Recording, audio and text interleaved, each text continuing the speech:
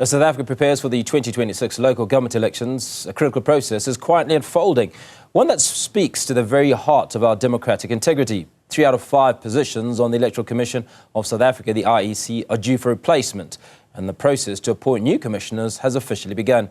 With growing concerns around transparency, political neutrality and institutional trust, how this process unfolds matters greatly.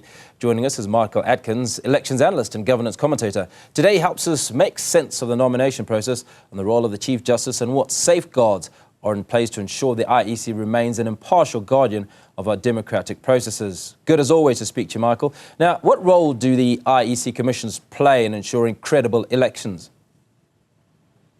Good afternoon, yes, and thank you. The commissioners are effectively directors of the IEC. They are responsible for all policy decision making, for ensuring that the staff of the IEC, from the chief electoral officer downwards, are doing their job and fulfilling their mandate.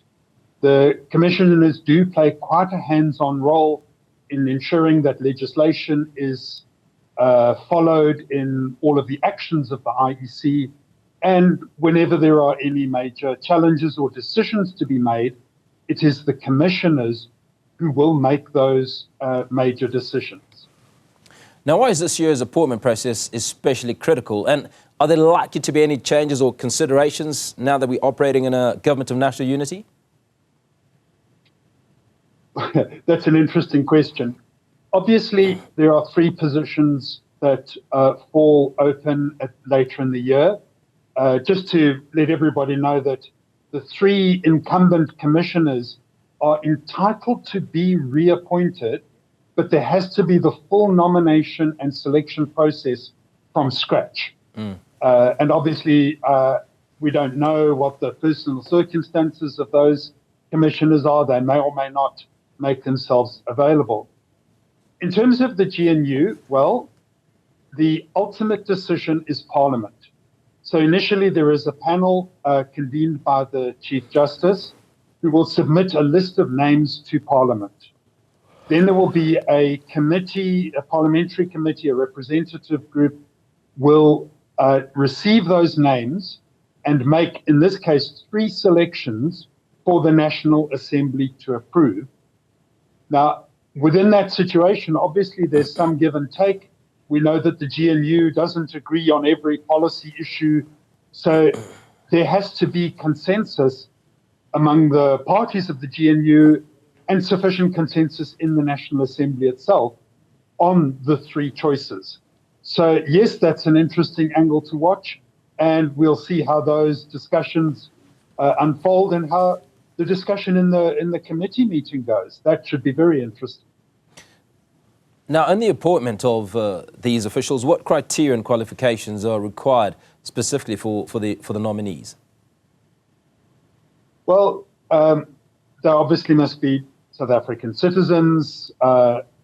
They may not hold high office in political parties or have any perceived political bias, but there is no barrier on previous political involvement. You know, that would just not be reasonable.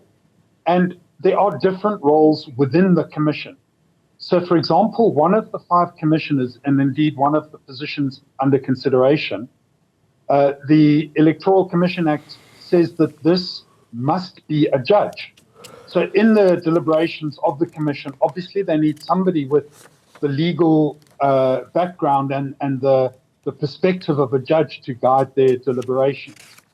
For the rest, there are not necessarily formal professional qualifications, but each person must clearly have an understanding of our electoral system and just a good knowledge of the system and effectively of corporate governance, because this is what their role is, that they ensure that the commission functions in a way that's completely above board. Michael, just walk me through this. Now, it says that members of the commission are appointed by the president, obviously, the eventual appointee for a term of 7 years, and nominees must indicate their availability to serve full-time or part-time.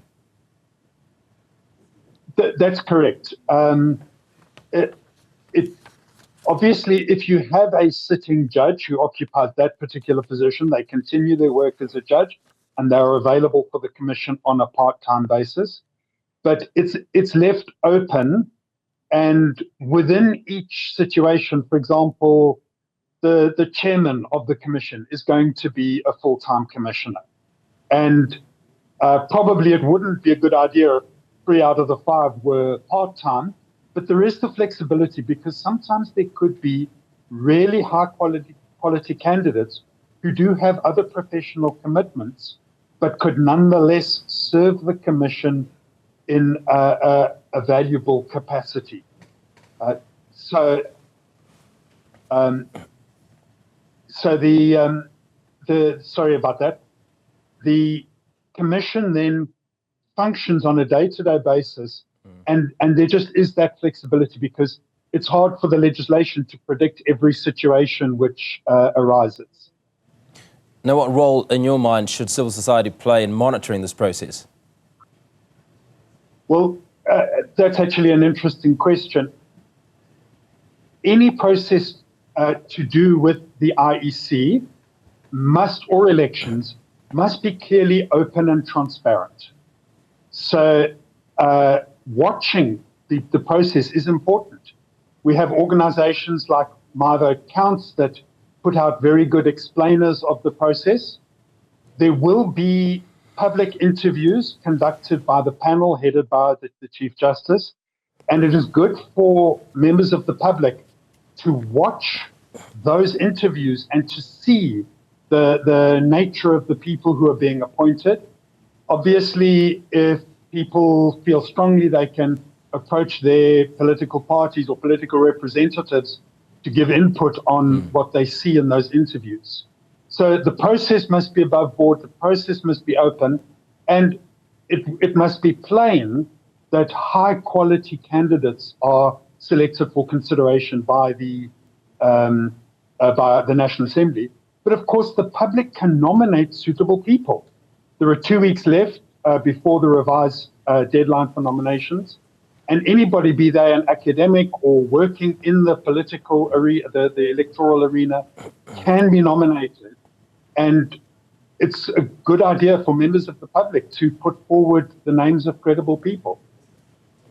Now, what's at stake if the public loses faith in the IEC's independence? You did talk about transparency and such not really being an issue. You see, the trust in our electoral process and hence trust in the IEC are absolutely critical commodities in any democracy. So there may be players in the political realm who would have a vested interest in discrediting the process, either those who want to engage in extra democratic or non-democratic activities, or those who are disgruntled at the electoral outcomes and wish to cast the blame somewhere else. So it is essential that we keep that trust at a high level. And if trust is lost, it's very hard to regain. So that is a very important question, that everything must be done in such an open way that it is difficult to doubt the credibility of elections or of the IEC. Michael Atkins, elections analyst and governance commentator, appreciate your time. Thanks for speaking to us. This as the 3 out of 5 positions on the Electoral Commission of South Africa are due for replacement.